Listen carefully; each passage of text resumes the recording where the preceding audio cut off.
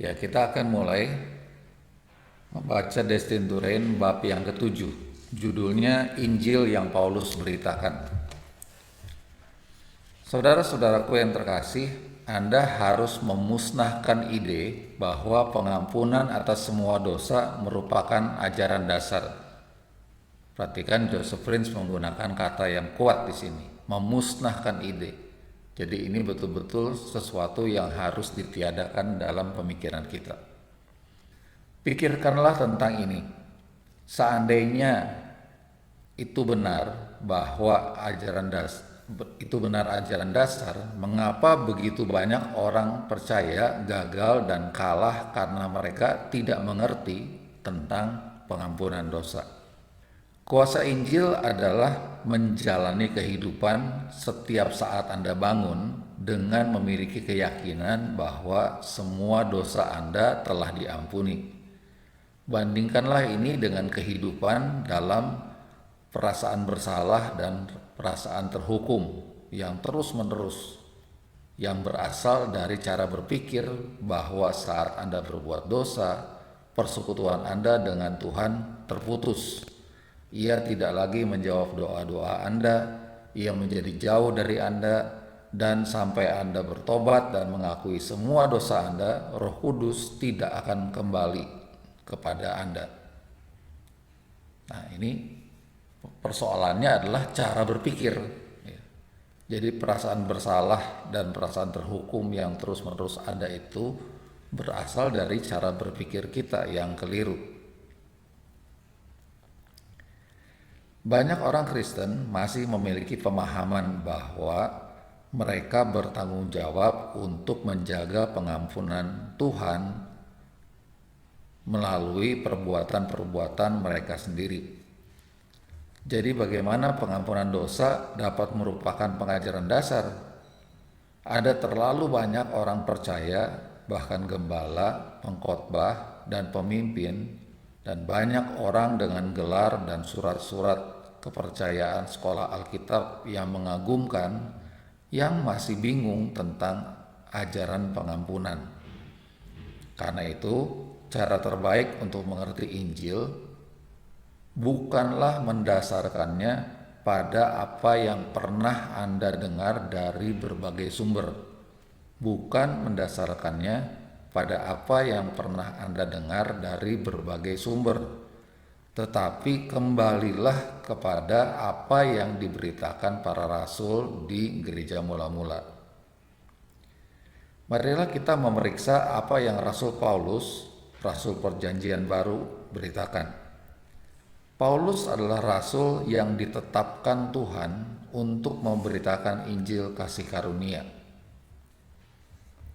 Jadi Rasul Paulus bukan sekedar orang yang diurapi, tapi dia ditetapkan oleh Tuhan untuk memberitakan satu jenis Injil yang disebut Injil kasih karunia. Ia menerima lebih banyak pengungkapan tentang ikatan perjanjian baru, kasih karunia, dibandingkan dengan apa yang diterima oleh rasul-rasul lain secara keseluruhan. Dan Rasul Paulus menulis lebih dari 2/3 kitab-kitab yang ada di kitab perjanjian baru. Pemberitaan Paulus penuh dengan kuasa. Mari kita baca Kisah Rasul pasal 14 ayat 8-10. Di Listra ada seorang yang duduk saja karena lemah kakinya dan lumpuh sejak ia dilahirkan, dan belum pernah dapat berjalan. Ia duduk mendengarkan ketika Paulus berbicara, dan Paulus menatap dia dan melihat bahwa ia beriman serta dapat disembuhkan. Lalu kata Paulus dengan suara nyaring, "Berdirilah tegak di atas kakimu." Dan orang itu melonjak berdiri lalu berjalan kian kemari. Perhatikan bagaimana Roh Kudus menggambarkan orang ini. Pertama, lemah kakinya. Kedua, ia lumpuh sejak lahir. Dan ketiga, ia belum pernah dapat berjalan. Roh Kudus menggunakan ketiga gambaran yang berbeda itu untuk menegaskan bagaimana orang itu tidak dapat berjalan dan sedang menghadapi suatu masalah yang tampaknya mustahil diatasi. Namun saat ia mendengar Paulus berbicara, ia dipenuhi dengan iman untuk disembuhkan. Nah, bagaimana orang itu dipenuhi dengan iman? Alkitab mengatakan bahwa iman timbul dari pendengaran dan pendengaran oleh firman Kristus. Orang di Listra itu dipenuhi iman karena ia mendengar firman dari Kristus. Itu Roma 10 ayat 17. Saya tahu bahwa di banyak terjemahan Alkitab, terutama di versi bahasa Inggris, dikatakan bahwa iman timbul dari mendengarkan firman Tuhan. Namun jika Anda mempelajari kata Yunani asli untuk Tuhan di sini, yang digunakan bukan theos yang artinya Tuhan, melainkan Kristos yang artinya Kristus. Nah, iman tidak timbul hanya dari mendengarkan firman Tuhan, karena firman Tuhan akan meliputi Alkitab secara keseluruhan, seluruh Alkitab ya, termasuk hukum Taurat Musa. Tidak ada pemberian iman saat Anda mendengarkan hukum Taurat diberitakan. Iman hanya timbul dari mendengarkan firman Kristus. Ini satu pernyataan yang boleh kita renungkan. Tidak ada pemberian iman saat Anda mendengarkan hukum Taurat diberitakan. Ya, jadi mendengar penyampaian hukum-hukum, aturan-aturan itu tidak menimbulkan, tidak memunculkan iman di dalam kita. Jadi iman hanya timbul dari mendengar firman Kristus. Ini tidak berarti bahwa Anda seharusnya hanya mendengarkan khotbah dari bagian-bagian Alkitab Anda yang ditulis dengan huruf warna merah. Terutama di Alkitab bahasa Inggris, memang banyak Alkitab menggunakan begini, perkataan Yesus ditulis dengan huruf warna merah. Ya, jadi tulisan ayat-ayat berwarna merah itu menandakan bahwa Yesuslah yang mengucapkannya. Lagi pula menuliskan apa yang Yesus tetapkan, apa yang Yesus ucapkan di Alkitab dengan huruf merah hanyalah kebiasaan manusia, artinya berasal dari ide beberapa orang untuk mencetaknya dengan tinta merah. Mendengarkan firman Kristus adalah mendengarkan pemberitaan dan pengajaran yang telah disaring melalui perjanjian baru kasih karunia dan karya Yesus yang sempurna. Saudara boleh merenungkan sampai di sini Matius 4 ayat 4. Ya, bahwa kita perlu hidup dari mendengarkan firman yang keluar dari mulut Tuhan. Bukan apa yang tertulis, bukan sumber-sumber yang lain, tapi perkataan Tuhan sendiri. Itu yang perlu kita renungkan. Baik, kita lanjutkan. Hanya ketika Kristus diberitakan, iman akan diberikan sebagai suatu kualitas atas diri kita. Anda mungkin sering dengar kata impartasi, ya. Hanya ketika Kristus diberitakan, iman diimpartasikan. Apa maksudnya diimpartasikan? Diimpartasikan itu diberikan oleh Tuhan kepada kita, sehingga iman tersebut menjadi suatu kualitas, suatu karakter, suatu bagian dari diri kita. Jadi Anda dapat berkhotbah dari Kejadian sampai Wahyu dari perspektif Yesus Kristus dan kasih karunia-Nya. Di gereja saya dikenal sebagai orang yang memberitakan dan mengajar secara luas. Artinya cakupan pembahasan saya luas, baik dari perjanjian lama maupun perjanjian baru.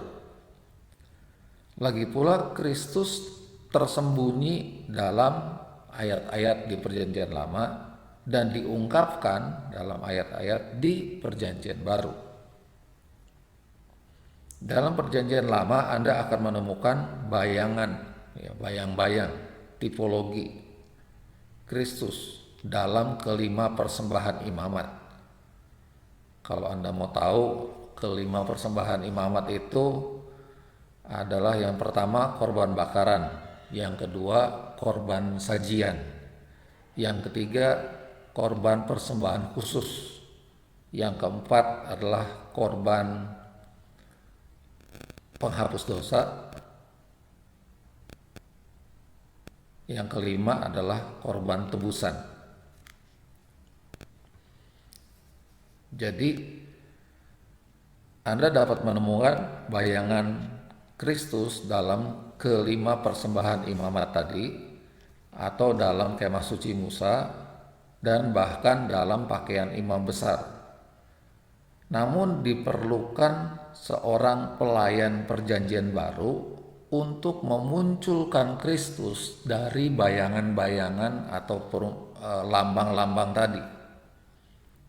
Baru saat Kristus diberitakan, iman akan diberikan atau diimpartasikan. Itu Roma 10 ayat 17. Haleluya.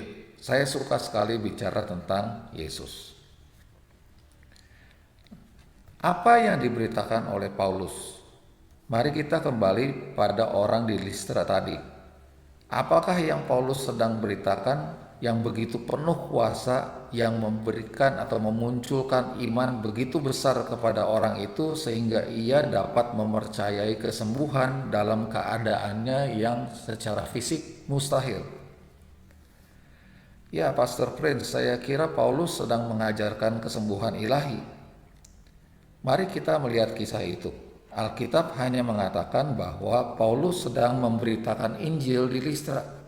Alkitab tidak mengatakan bahwa ia sedang mengajarkan kesembuhan ilahi. Ya, Alkitab tidak mengatakan bahwa ia sedang mengajarkan kesembuhan ilahi. Jangan salah paham. Memang ada kesempatan untuk kesembuhan ilahi. Saya bahkan mempunyai satu seri pengajaran tentang kesembuhan ilahi. Tetapi iman untuk sembuh tidak timbul hanya saat Anda mendengarkan pengajaran tentang kesembuhan. Iman untuk kesembuhan dapat juga timbul saat Anda sedang mendengarkan Injil saja. Bagaimanapun, saya ingin mengetahui apa yang Paulus beritakan di Listra, supaya saya dapat memberitakan pesan yang sama dan memberikan iman kepada orang lain. Jadi saya menanyakan kepada Tuhan, apa yang Paulus sedang khotbahkan itu? Maksud saya, bagaimana mungkin Roh Kudus menghilangkan bagian yang begitu penting di Alkitab? Semoga saja ia mencatatnya di Alkitab. Lalu Tuhan memberitahu saya bahwa ia telah mencatat salah satu khotbah Paulus di Alkitab. Ia menyuruh saya membuka bagian sebelumnya dan menunjukkan kepada saya bahwa tepat di sana di Kisah Rasul pasal 13, Roh Kudus telah menyimpan satu contoh Injil yang Paulus beritakan kemanapun ia pergi. Jadi itulah khotbah Paulus yang dicatat di Alkitab bagi kita oleh Roh Kudus, kata per kata. Rasul Paulus meliput banyak pokok bahasan, tapi Anda harus membaca sendiri apa inti khotbah Paulus dan di mana klimaksnya. Mari kita baca Kisah Rasul pasal 13 ayat 38 sampai 39. Jadi ketahuilah hai saudara-saudara, oleh dialah maka diberitakan kepada kamu pengampunan dosa. dan di dalam dialah setiap orang yang percaya memperoleh pembebasan dari segala dosa yang tidak dapat kamu peroleh dari hukum Musa.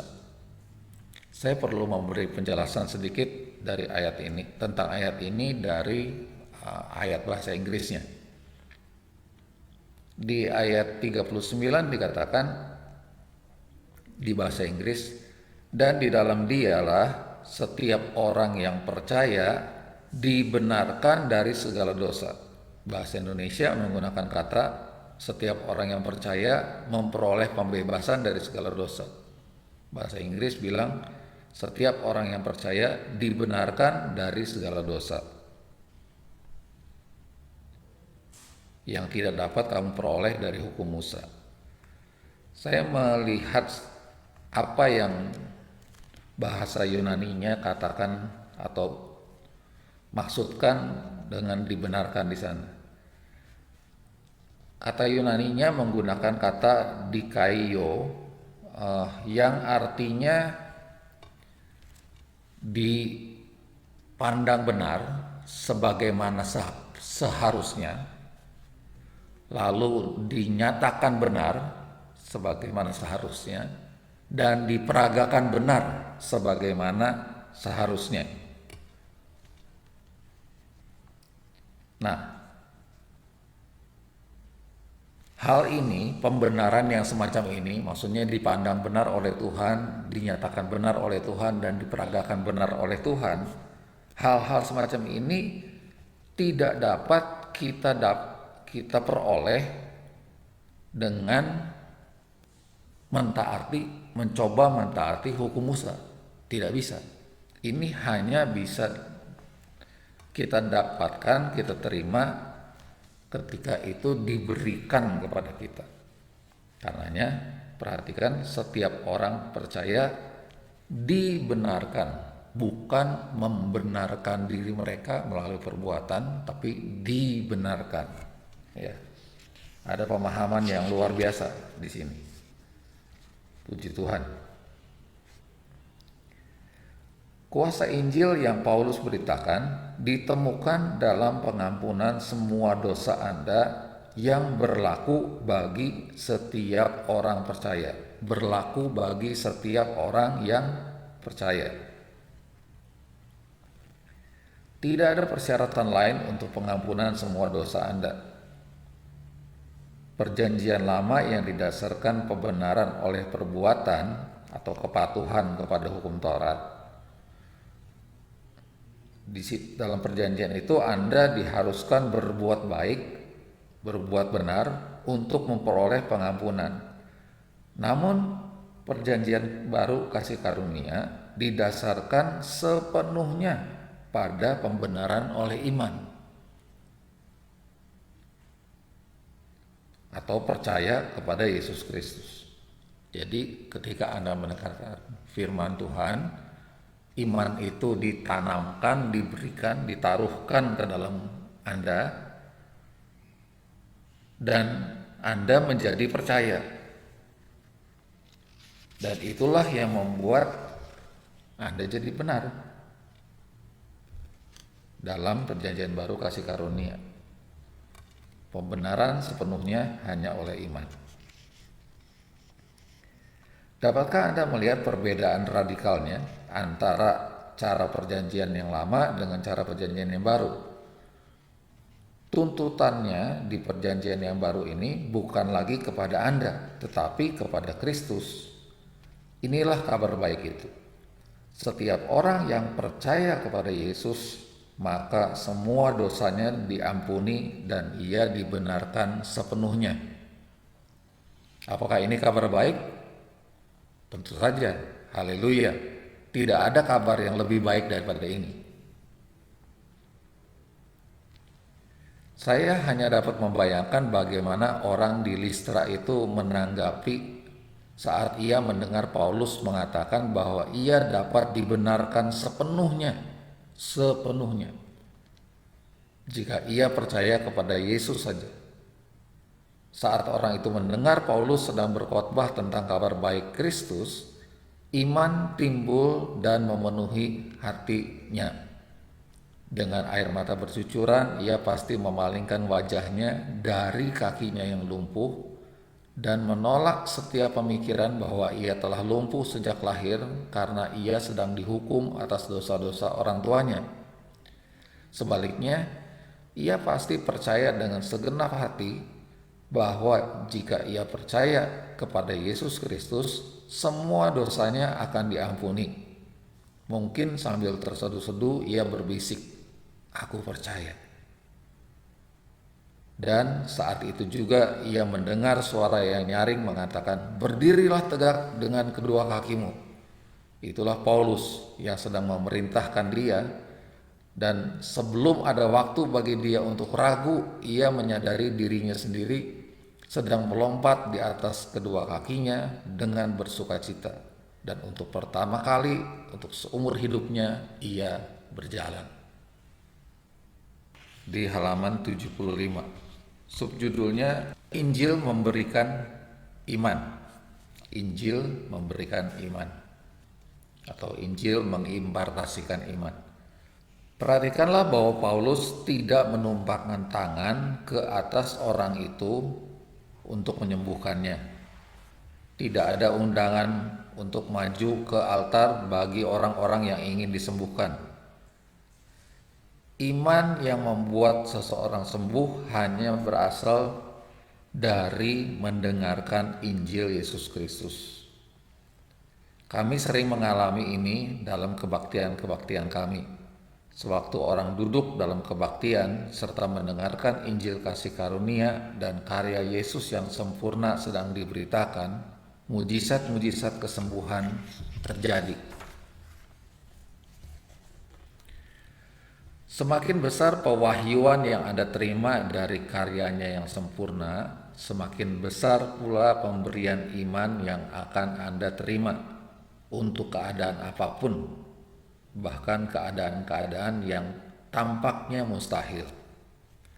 Salah seorang sahabat saya, Marcel Hasenbeck, menceritakan kisah mujizat kesembuhan yang terjadi di mobilnya saat ia sedang mengendarai mobil dengan beberapa temannya dalam perjalanan menuju Rumania.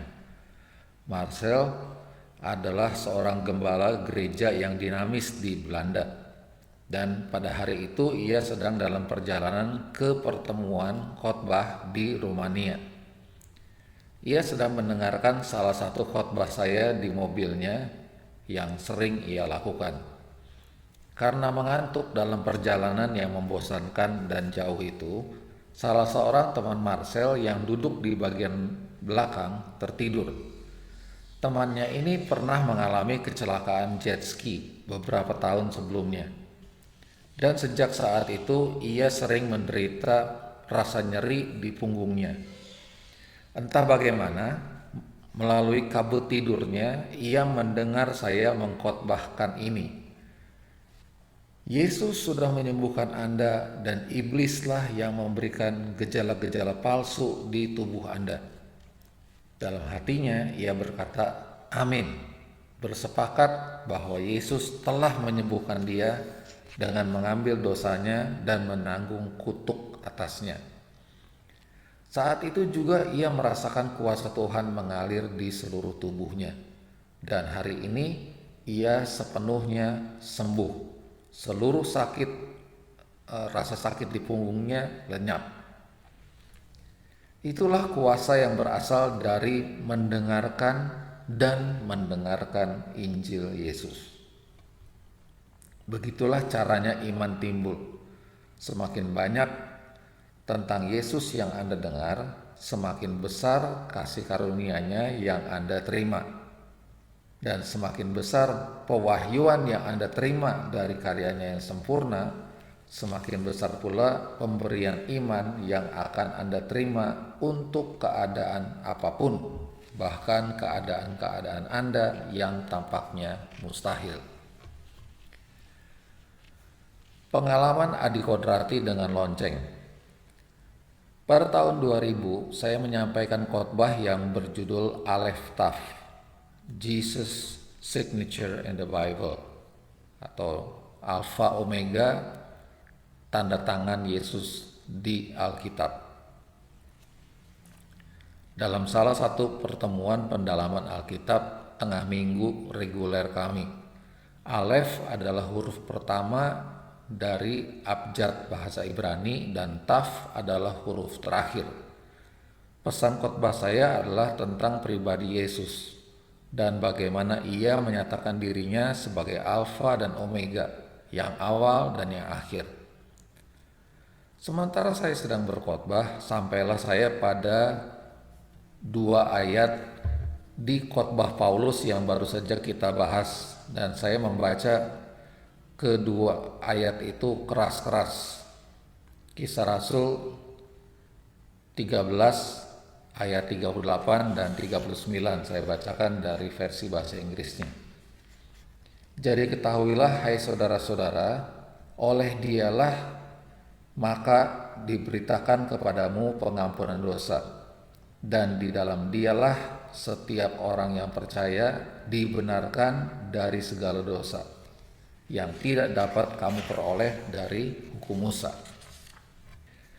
Saat saya selesai mengutip kedua ayat tersebut, lonceng-lonceng yang ada di panggung di belakang saya mulai bermain sendiri.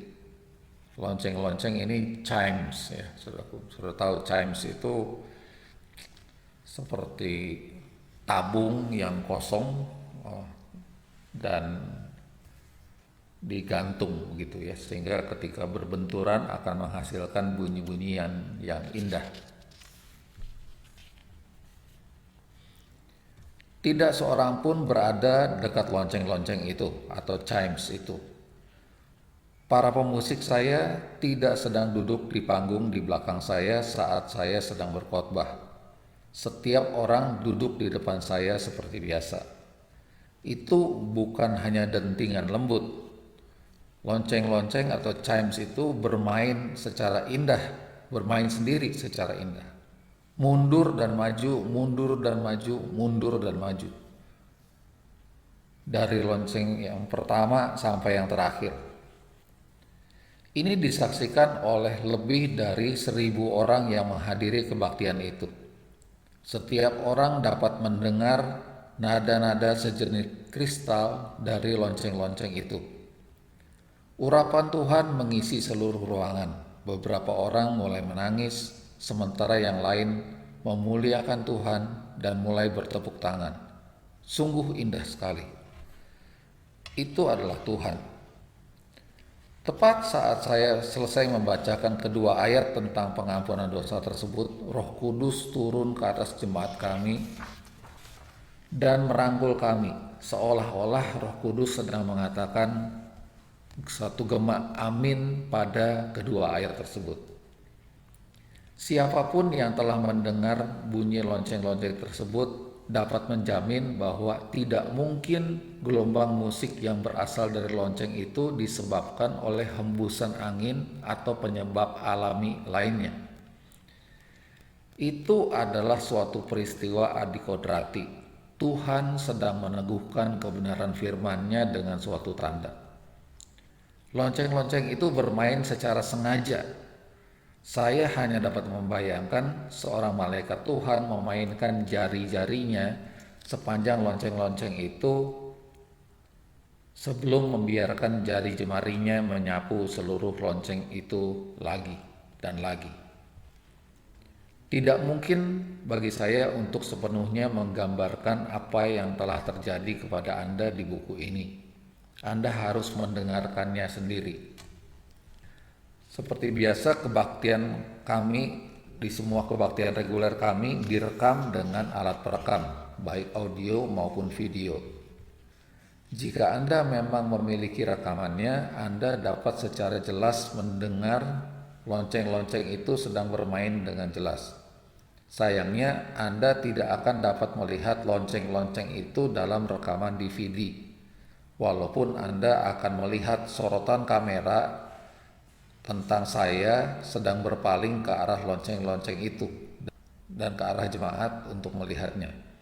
Kameramen kami teralihkan perhatiannya, tidak siap artinya. Ia benar-benar terpesona pada peristiwa adikodrati ini dan membiarkan kameranya tetap terfokus kepada saya.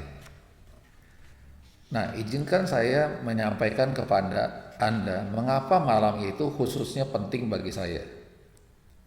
Selama waktu itu, beberapa email telah beredar tentang gereja kami dan tentang saya. Ada beberapa tuduhan palsu dari beberapa orang yang menyebut saya dengan segala macam julukan keji. Tanpa sepengetahuan saya, banyak anggota gereja kami yang telah membaca email beracun itu dan sangat terpengaruh. Malam itu, setelah kebaktian, banyak di antara mereka yang datang menemui saya dan berkata, "Anda tahu, Pastor Prince, saya datang malam ini kemari sambil berdoa dan bertanya kepada Tuhan untuk menunjukkan kepada saya jika tuduhan-tuduhan tentang Anda dalam email itu memang benar.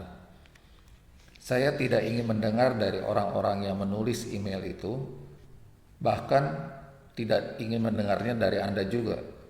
Saya ingin Tuhan sendiri yang berbicara kepada saya." Banyak di antara mereka yang datang dan menceritakan kepada saya apa yang telah mereka doakan, dan keterangan mereka hampir serupa. Mereka telah membaca email itu dan ingin mendengar dari Tuhan. Saya terkejut sekali. Begitu banyak anggota gereja saya yang sedang meminta Tuhan supaya berbicara kepada mereka.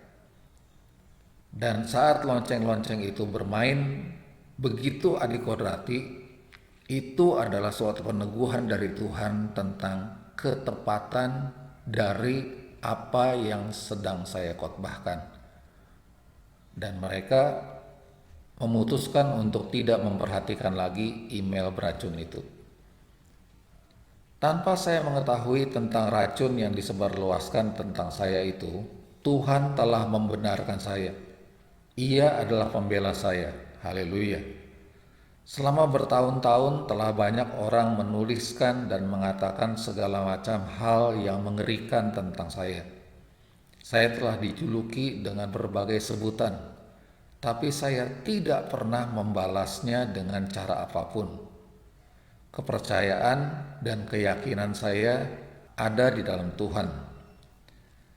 Saya tidak pernah menulis atau mengatakan sepatah kata pun yang negatif tentang para penuduh saya itu. Saya tidak melawan orang-orang yang melawan saya. Dalam setiap keadaan saya berdoa supaya itu berakhir untuk kemuliaan terbesar bagi Yesus dan kebaikan terbesar bagi tubuh Kristus.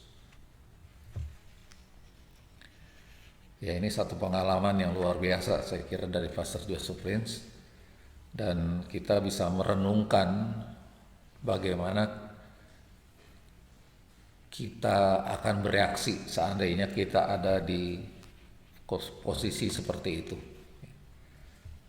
Sangatlah baik kalau kita bisa belajar dari Tuhan, menerima satu pelayanan kasih dari Tuhan, sehingga kita bisa menghadapi orang-orang yang menentang kita, yang memfitnah, menghasut, melawan kita dengan cara yang Tuhan inginkan. Mari kita lanjutkan dengan subjudul berikutnya, penganiayaan terhadap Injil Kasih Karunia, halaman 79. Dalam kasus apapun, saya siap untuk menghadapi penganiayaan. Tuhan telah memperingatkan saya dari sejak awal bahwa ada harga yang harus dibayar untuk memberitakan Injil yang Paulus beritakan.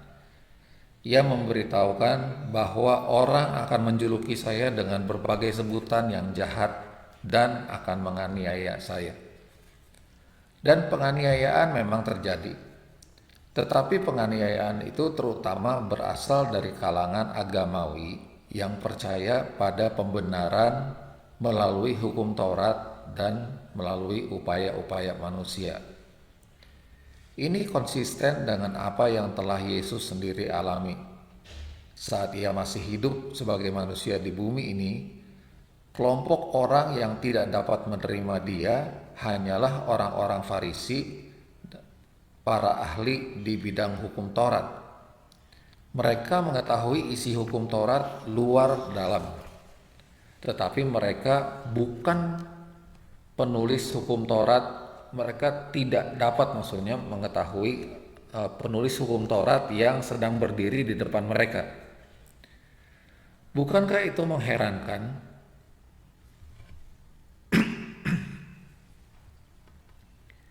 Itu memperlihatkan kepada kita bahwa legalisme dan agama telah membutakan orang.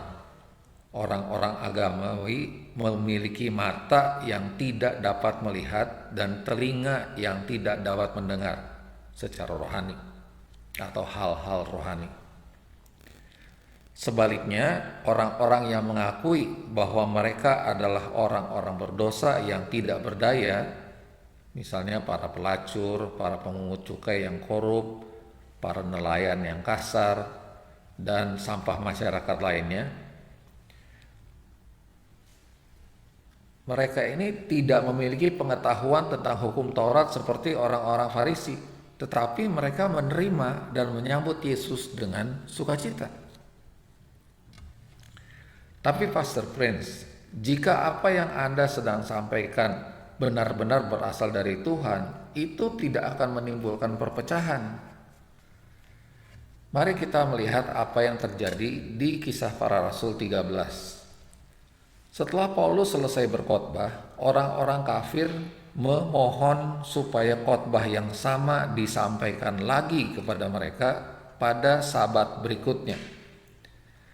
Alkitab mencatat bahwa hampir seluruh warga kota Antiokhia berkumpul untuk mendengarkan khotbah Paulus di Sabat berikutnya itu tentang pengampunan dosa, tentang pembenaran oleh iman melalui salib Yesus dan kasih karunia Tuhan. Karena seluruh warga kota itu datang untuk mendengarkan Paulus, mestinya kabar yang sedang ia beritakan itu pasti telah tersebar luas seperti kebakaran liar ke seluruh kota itu. Tapi perhatikanlah bahwa ada sekelompok orang yang tidak senang dengan apa yang sedang Paulus beritakan. Orang Farisi atau apa yang saya sebut sebagai mafia agamawi. Alkitab menyatakan bahwa saat mereka orang-orang Farisi itu melihat orang banyak itu, penuhlah mereka dengan iri hati, dan sambil menghujat mereka membantah apa yang dikatakan oleh Paulus. Orang-orang yang patuh kepada hukum Taurat ini masih ada pada masa sekarang. Hukum Taurat membutakan mereka. Ada tirai yang menyelubungi mata mereka dan mereka tidak dapat melihat bahwa perjanjian lama hukum Taurat sudah tidak berlaku lagi. Saat mereka melihat orang-orang percaya dipengaruhi oleh kasih karunia, mereka menjadi penuh dengan iri hati karena mereka telah bekerja keras dan mengandalkan upaya-upaya diri mereka sendiri selama ini untuk mencapai kesan bahwa mereka benar. Halaman 81 sekarang. Yesus datang bukan untuk memberi kita hukum dan lebih banyak lagi hukum.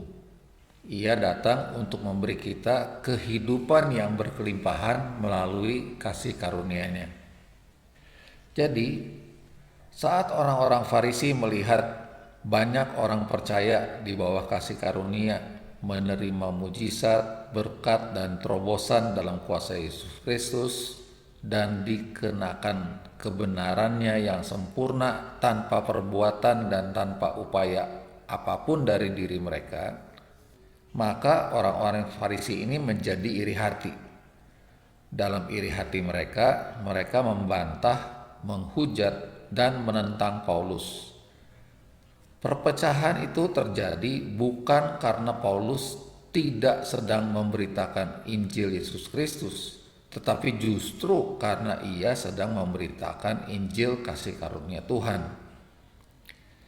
Kasih karunia Tuhan bertentangan dengan tradisi manusia. Kasih karunia Tuhan membuat upaya-upaya manusia menjadi tidak berarti dan membuat segala sesuatu tentang Yesus Kristus menjadi berarti. Inilah yang membuat mafia agama itu berang. Paulus mengakhiri khotbahnya dengan peringatan tegas terhadap orang-orang yang menolak untuk percaya kepada kasih karunia dan pengampunan Tuhan dalam ikatan perjanjian yang baru. Kisah Rasul 13 ayat 41, Paulus berkata, "Ingatlah, hai kamu penghina-penghina, tercenganglah dan lenyaplah, sebab aku melakukan suatu pekerjaan di zamanmu, suatu pekerjaan yang tidak akan kamu percayai jika diceritakan kepadamu." Peringatan ini diberikan oleh Paulus bukan untuk seluruh jemaat itu. Peringatan itu ditujukan kepada orang-orang yang menolak Injil kasih karunia. Anda lihat, orang-orang yang secara membabi buta bersikeras berpegang kepada pembenaran oleh hukum Taurat Musa akan dengan sendirinya tidak percaya atau tidak akan percaya saat mereka mendengar tentang pembenaran oleh iman, dan mereka ingin berkata di hatinya bahwa itu kedengarannya terlalu bagus. Jadi orang-orang yang meyakini bahwa pembenaran itu oleh upaya diri, mereka tidak bisa percaya bahwa pembenaran terjadi karena iman. Hukum Taurat adalah tirai yang menyelubungi mata mereka. Ya, hukum Taurat itu adalah tirai atau selubung yang menyelubungi mata mereka. Dan mereka tidak dapat melihat kasih karunia Tuhan. Namun terpujilah Tuhan, karena saat Yesus mati di kayu salib, tirai yang memisahkan orang bersalah dari Tuhan yang Maha Benar untuk selamanya telah disingkirkan.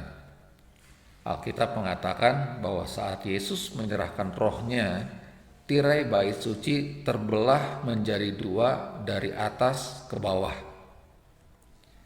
Tirai adalah gambaran hukum Taurat Musa. Begitu hukum ini disingkirkan, manusia dibenarkan oleh iman dalam darah Yesus, dan terbukalah jalan menuju ruang Maha Kudus. Apakah ini terdengar terlalu bagus? Sahabatku, itu memang benar. Dan itulah sebabnya mengapa Injil Yesus Kristus adalah kabar baik bagi kita pada masa ini. Yesus datang bukan untuk memberi kita hukum dan lebih banyak lagi hukum. Ia datang untuk memberi kita kehidupan yang berkelimpahan melalui kasih karunia-Nya. Mari kita kembali kepada pertanyaan tentang Injil kasih karunia yang menyebabkan perpecahan. Apakah mungkin memberitakan Injil kasih karunia dan menimbulkan perpecahan sampai orang bahkan akan ingin mengusir Anda dari kota-kota mereka? Ya. Ini terjadi di gereja mula-mula. Paulus sedang mengajar dengan berani dalam Tuhan. Ya, jadi Paulus sedang mengajar dengan berani dalam Tuhan dan memberitakan kasih karunia Tuhan. Ketika pada ayat berikutnya Anda menemukan bahwa orang banyak di kota itu terpecah menjadi dua. Ada yang memihak kepada orang Yahudi, ada pula yang memihak kepada kedua rasul itu. Bahkan ada suatu gerakan untuk menyiksa dan melempari kedua rasul itu dengan batu. Dengan demikian jelas bahwa saat Anda memberitakan kabar baik sama seperti yang diberitakan Paulus, tidak berarti bahwa semua orang akan bersatu dan berkata haleluya. Tidak. Akan ada orang-orang yang ingin mengusir Anda keluar dari kota-kota mereka dan mengatakan segala macam hal tentang Anda untuk membuat Anda tampak jahat. Di buku The Centurion versi bahasa Inggris, istilah untuk membuat Anda tampak jahat menggunakan kata to assassinate your character, untuk melakukan pembunuhan karakter terhadap Anda. Ya. Jadi jangan heran kalau Anda akan mengalami ini suatu saat karena Anda memberitakan kabar baik Yesus Kristus. Namun hanya karena ada perpecahan, itu tentunya tidak berarti bahwa apa yang diberitakan Paulus itu salah.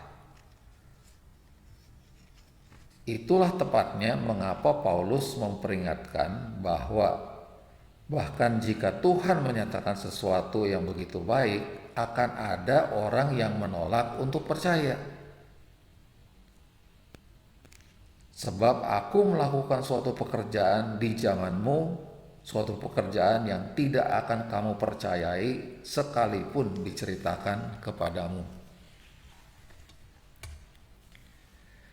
Jika Anda percaya bahwa Tuhan sedang melakukan suatu terobosan ajaib, pastikan Anda sedang mendengarkan firman kasih karunia-Nya atau firman Kristus dan bukan firman hukum Tauratnya.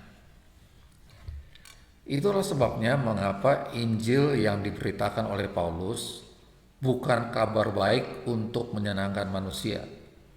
Ya, jadi Injil yang Paulus beritakan itu kabar baik, tapi bukan kabar baik untuk menyenangkan manusia.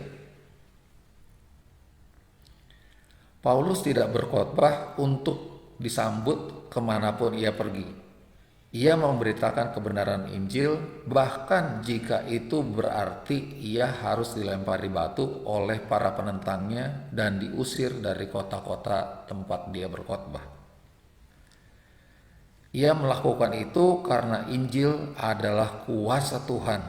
Injil adalah kuasa Tuhan untuk menyelamatkan manusia. Pastikanlah bahwa Anda mendengarkan Injil yang Paulus beritakan. Alkitab menyatakan bahwa Tuhan menguatkan berita tentang kasih karunia-Nya dengan mengaruniakan kepada mereka kuasa untuk mengadakan tanda-tanda dan mujizat-mujizat. Anda bisa baca Kisah Rasul 14 ayat 3. Anda lihat Tuhan hanya menguatkan berita tentang kasih karunia-Nya. Jika Anda percaya bahwa Tuhan sedang melakukan suatu terobosan ajaib atau ingin melihat kuasa Tuhan yang lebih besar lagi dalam kehidupan berupa kesehatan, keuangan, karir, pelayanan Anda, pastikanlah bahwa Anda sedang mendengarkan firman kasih karunia-Nya atau firman Kristus, ya, bukan firman hukum Tauratnya. Coba perhatikan bagaimana Paulus memberitakan Injil. Dia harus memberitakan Injil terlebih dahulu sebelum Tuhan menguatkan pemberitaan kasih karunia-Nya itu dengan tanda-tanda dan mujizat-mujizat. Memberitakan kabar baik terlebih dahulu juga konsisten dengan gaya Yesus. Kemanapun ia pergi, ia mengajarkan dan memberitakan kasih karunia kepada orang banyak sebelum ia menyembuhkan mereka. Ada beberapa orang yang datang menemui saya untuk didoakan keadaannya sebelum kebaktian. Jelas bahwa mereka tidak berminat mendengarkan Injil atau pengajaran atau khotbah. Mereka hanya ingin didoakan. Namun Tuhan selalu mengutamakan pengajaran dan pemberitaan Injil, baru diikuti dengan kesembuhan. Ia menguatkan firman kasih karunia-Nya dengan tanda-tanda dan mujizat-mujizat. Apakah Anda sedang menghadapi kesulitan yang tidak mungkin diatasi hari ini? Apakah Anda percaya bahwa Tuhan sedang memberikan terobosan? Jika demikian, saya mendorong Anda untuk mencari ajaran yang baik yang penuh dengan kabar baik dari Yesus Kristus. Iman akan diberikan atau diimpartasikan kepada Anda sementara Anda mendengar semakin dan semakin banyak tentang Yesus. Anda akan berhenti memikirkan diri sendiri atau memikirkan kekurangan Anda, kelemahan Anda, dan Anda akan dipenuhi dengan Yesus, dengan keindahannya, dengan kesempurnaan dari anugerahnya. Injil yang diberitakan oleh Rasul Paulus. Satu-satunya upaya saya adalah memberitakan Injil yang sama seperti yang diberitakan Paulus, bukan Injil yang lain. Memberitakan Injil lain adalah masalah yang serius bagi Paulus. Nyatanya ia mengumumkan kutuk ganda untuk orang-orang yang memberitakan Injil yang berbeda. Paulus berkata, "Tetapi sekalipun kami atau seorang malaikat dari surga yang memberitakan kepada kamu suatu Injil yang berbeda dengan Injil yang telah kami beritakan kepadamu, terkutuklah dia." Dan seolah-olah kutuk yang pertama tidak cukup, ia menyatakan lagi, "Seperti yang telah kami katakan dahulu, sekarang kukatakan sekali lagi, jikalau ada orang yang memberitakan kepadamu suatu Injil yang berbeda dengan apa yang telah kamu terima, terkutuklah dia." Nah, ibu saya tidak membesarkan orang bodoh. Bertahun-tahun yang lalu saya memutuskan bahwa orang boleh menyebut saya apapun, apa yang mereka inginkan, tetapi saya tidak mau terkena kutuk karena memberitakan Injil yang lain. Sebelum saya lanjutkan, saya ingin sedikit memberi komentar tentang kutuk ganda ini. Ada orang yang mempertanyakan, Paulus sebagai rasul kasih karunia, kenapa dia mengutuk? Kalau begitu, bolehkah kita juga sebagai pemercaya kasih karunia mengutuk? Lalu seorang hamba Tuhan menjelaskan seperti ini. Dalam bahasa Inggris, ternyata ayatnya menyatakan kalimat yang sedikit berbeda. Kira-kira begini bunyinya. Orang yang memberitakan Injil yang berbeda dari yang kami beritakan, kata Paulus, ia dalam keadaan terkutuk. Jadi bukan orang yang memberitakan Injil yang berbeda dari Paulus akan dikutuk oleh Paulus, bukan. Tapi orang yang memberitakan Injil yang berbeda dari yang Paulus beritakan, maka orang tersebut ada dalam keadaan terkutuk karena dia tidak berada di dalam kasih karunia. Paulus memberitakan Injil kasih karunia. Orang lain memberitakan Injil yang mungkin bukan Injil kasih karunia. Dengan demikian, segala sesuatu yang ada di luar kasih karunia mengandung kutuk. Karena bumi ini pada mulanya dulu ketika Adam jatuh, bumi dikutuk. Jadi di sini Paulus bukan mengutuk secara pribadi, mengutuk orang yang memberitakan Injil yang berbeda dari yang dia beritakan, tetapi dia menyatakan kalau kamu memberitakan Injil yang berbeda dari yang aku beritakan, kamu akan terkena kutuk yang sudah ada di bumi. Baik, saya lanjutkan. Apakah Injil Yesus Kristus adalah kuasa Tuhan untuk menyelamatkan? A. Boleh pilih ya. menyelamatkan setiap orang yang berpegang teguh kepada hukum Taurat. B. Menyelamatkan setiap orang yang mengakui semua dosanya.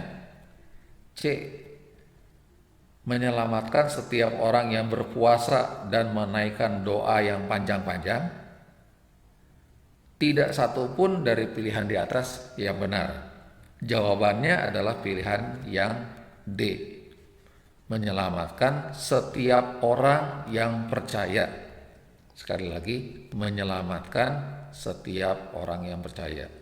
Injil Yesus Kristus adalah kuasa Tuhan untuk menyelamatkan setiap orang yang percaya. Inilah pembenaran oleh iman yang diberitakan oleh Rasul Paulus, dan ini pula lah yang saya beritakan.